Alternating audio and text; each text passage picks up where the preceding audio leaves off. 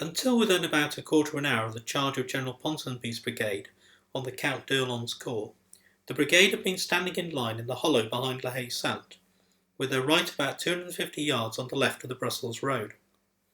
The cannon shot that passed over the crest of the ridge beginning to fall pretty fast, the brigade would advance slowly towards the ridge by the troops wheeling to the left and taking ground to the right by the flank march of threes. On arriving very near the top of the ridge, the column fronted and halted for perhaps 4 or 5 minutes. The Marquess of Anglesey came up at speed, wheeled the Royals and Inniskillens into line, and ordered them to charge, the Greys forming a second line in support.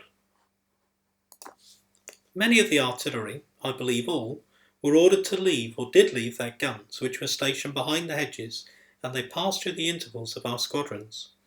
The infantry that I presume had previously lined the hedges were wheeled by sections to their left and were firing on the left flank of the French column, the head of which had at this time passed both hedges unchecked, as far as I could perceive, and were advancing rapidly.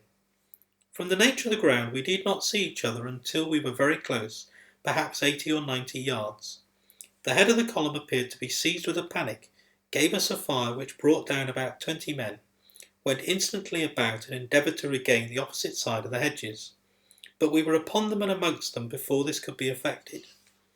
The whole column getting into one dense mass, the men between the advancing and the retiring parts getting so jammed together that the men could not bring down their arms or use them effectively, and we had nothing to do but to continue to press them down the slope. The right squadron of the Royals naturally outflanking them, as the centre one, which I commanded, also did to a certain degree. I did not see the Eagle and Colour until we had been probably 5 or 6 minutes engaged. It must, I should think, have been originally about the centre of the column, and got uncovered from the change of direction. When I first saw it, it was perhaps about 40 yards to my left and a little in my front. The officer who carried it and his companions were moving, with their backs towards me, and endeavouring to force their way into the crowd. I gave the order to my squadron, "Right shoulders forward, attack the colour," leading direct on the point myself. On reaching it, I ran my sword into the officer's right side, a little above the hip joint. He was a little to my left side, and he fell to that side with the eagle across my horse's head.